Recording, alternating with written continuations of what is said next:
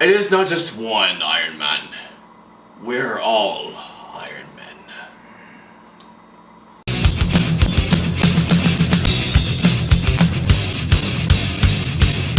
Iron Man 3! So Iron Man 3 is a sequel to the Avengers, not to Iron Man 2. Now this is recounting on Tony Stark's near-death experience at the end of the Avengers, in which now he has pretty much can't get any sleep, he has more anxiety attacks, and now this time there is a new terrorist called the Mandarin, played by Bill Kingsley, who is the leader of the 10 Rings, and Tony Stark has to not only protect Pepper Potts, but stop the Mandarin. Here to join me today is my collaborators Dragoonxls and LCSteeler16, aka Shane and Lucas. We can actually put two different inputs because we saw it in 3D, because 2D was sold out, and Lucas can give his thoughts on the 2D. So, this whole entire film was a lot better than the second one. I could agree with that. Now, the thing is that everybody said, oh god, the second one was so god-awful. But here's the thing, I didn't think it was that bad, but it was very below par.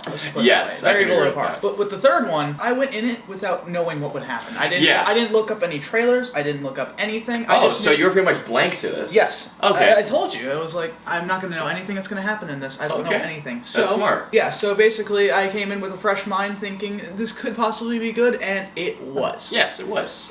Acting was very good. Robert Downey Jr. yet again nails it as Tony Stark. This time, of course, he's a bit more human rather than Iron Man. Oh, yes. He's because the thing is that in the previous films, he was just seems like there was nothing wrong with him, and now it's with this near-death. Well, he was still kind of an asshole in the previous two films. He was too. I mean, he was very confident, cocky, that kind of thing. But now with this, he's a little bit more humble. Not by much, but it's still something. The special effects were done very well. For a lot of action scenes, it got a little bit more Michael Bay-y, like in the sense that there was a lot of explosions. If you notice, there was a lot. I can see where you're coming from. It's not that bad, honestly. It's not like they didn't overdo it. Actually, one thing I noticed is that there wasn't any slow motion. That's there's no overusage of it. Yeah, like there's only a few seconds into it, and they sped right back up. I liked that. Yeah. So and the pacing of the film was also done very well. Yeah. There were some slow parts, but that was just because they needed to explain for development. Yeah, for development, obviously. And then when it got to the action scenes, oh my god, it got real cool. Just gotta say, this film was just something else. It really was. Yeah. I mean, most Marvel films are really good. Yes. Some of them are like either hit or miss, but this one was pretty. It was a hit. The whole plot itself was also very well done. There is a few twists here and there, just letting you know. Yes. But we're not going to go into that. Not going to go into that. Some people found it very disappointing. Others were okay with it, like myself. I enjoyed the crap out of it. Very good action film. You didn't need to be intoxicated or anything in order to enjoy it. You could just go in straight in and just be like, wow, this is an amazing film. I would honestly recommend seeing it. Even though Austin and I saw it in 3D, there was not a lot of 3D effects. Yeah, there was like a couple of shots where like, okay, that looked like a 3D shot right there. Yeah, it wasn't really needed to be in 3D, but it wasn't bad though. It wasn't bad. No, not at all. Like Shane said, yes, the plot was great. I'm one of those people when Iron Man 2 came out, I was one of those people who was like, it was okay. I mean, I didn't hate it. I thought it was par. The main thing that turned me off from Iron Man 2 was the villain. Especially when he lost his dad. When he screamed, I was like, really? Plus, the climatic showdown, it didn't feel like a climatic showdown at the end. But the villain this time around, better. I really liked it how it was a continuation of the Avengers. I really liked how it showed Tony Stark trying to cope with his near-death experience. I thought that was a great start. I really did like how it showed more of Tony Stark than Iron Man. There was a lot of clever parts in it. Oh yeah, and one of the things I really liked when Tony Stark was talking with a little kid, the banter between them really reminiscent of Q and Bond when they first met in Skyfall. Yeah. Now, one of the things that did kind of throw me off a little bit was the plot twist that happens about halfway through the film. I'm not gonna say what it is, but we will do a spoiler talk on it. Just saying. Yeah, I would definitely like to discuss that. I will say this: it's definitely a twist that if you're a huge fan of Mandarin, I'm a fan of the Mandarin. I was excited to see him. And once the twist happened, it's gonna divide a lot of people. One people were gonna be like, "There's no okay, I like that," and some people were like, "Wait, what?" I was one of those people that was like, huh? But due to the act, I was like, okay, you know what, I'll roll on with it. If you're a hardcore Mandarin fan, you'll probably be really pissed. But here's the thing, afterwards, the action set pieces, they're all booming set pieces. I really like the message it showed about this film. It's not the suit that makes the man, but more the man that makes the suit. There's a certain part of the film that I really got reminded of a lot of the first Iron Man. The end climax scene was freaking phenomenal. And also, this film was much more funny than Iron Man 2.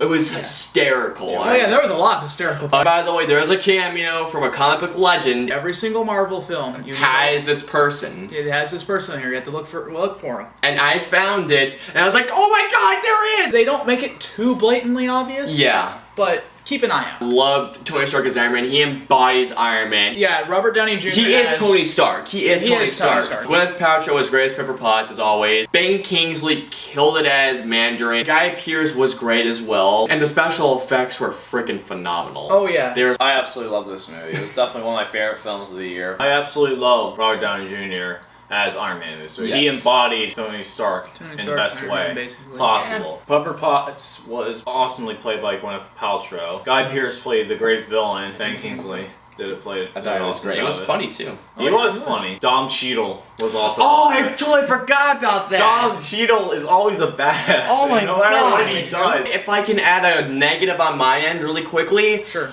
I did not like that they changed it from War Machine to Iron Patriots. I liked War Machine a lot better. I liked War Machine. Moving on, Lucas, keep going. I agree to this. There were definitely some good cameo appearances by some of the other actors as well. Yes. The one you mentioned, and there was also some pretty funny scenes that you guys remember the movie. Oh yeah. The Channel 5 thing. Oh, that was priceless. That was one of my favorite scenes in the movie. The actor who played the kid in the movie did an awesome job. The ending fight sequence was amazing. Yeah. One of the best ending fight sequences I've seen in a while. Just an awesome movie in general, man. If I could add one little thing, there was one little connection that I found. I don't know why, but like there's a certain scene that is not really much of a spoiler. It was like the first bombing scene. There was a name I noticed, and I was like, is that Dark Knight Rises connection right there? Because there was a name named Taggart. It was just a little thing I noticed. Alright, so I'm gonna give it a 4 out of 5. I didn't think that it deserved a 5. That just sounds like it's being harsh, but I'm not trying to be harsh on it. I'm just saying that it wasn't 5 out of 5 material. No, oh no, God no. I'm not trying to sound too harsh, but it really wasn't 5 out of 5 material. No, it wasn't. Although, done fantastically. Exactly, it was very well done. A very good Marvel film, yet again. Absolutely. I still think that they can top this one off by doing another one, or possibly by doing Avengers 2, which I know they're doing. Yes. So, 4 out of 5 is still not bad. That is a really good it's film. a great I rating. highly recommend you guys go see this. Yes. Highly recommend it. Like the first half of it was gonna be a 5 out of 5, but once the twist happened to me,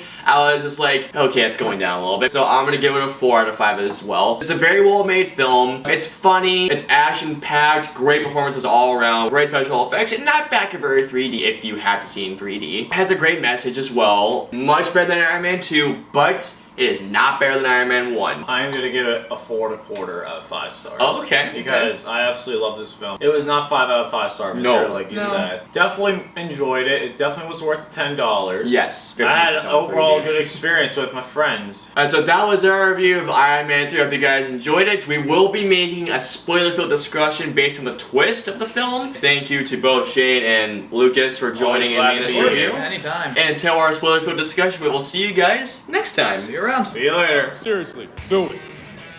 Do it. Do it.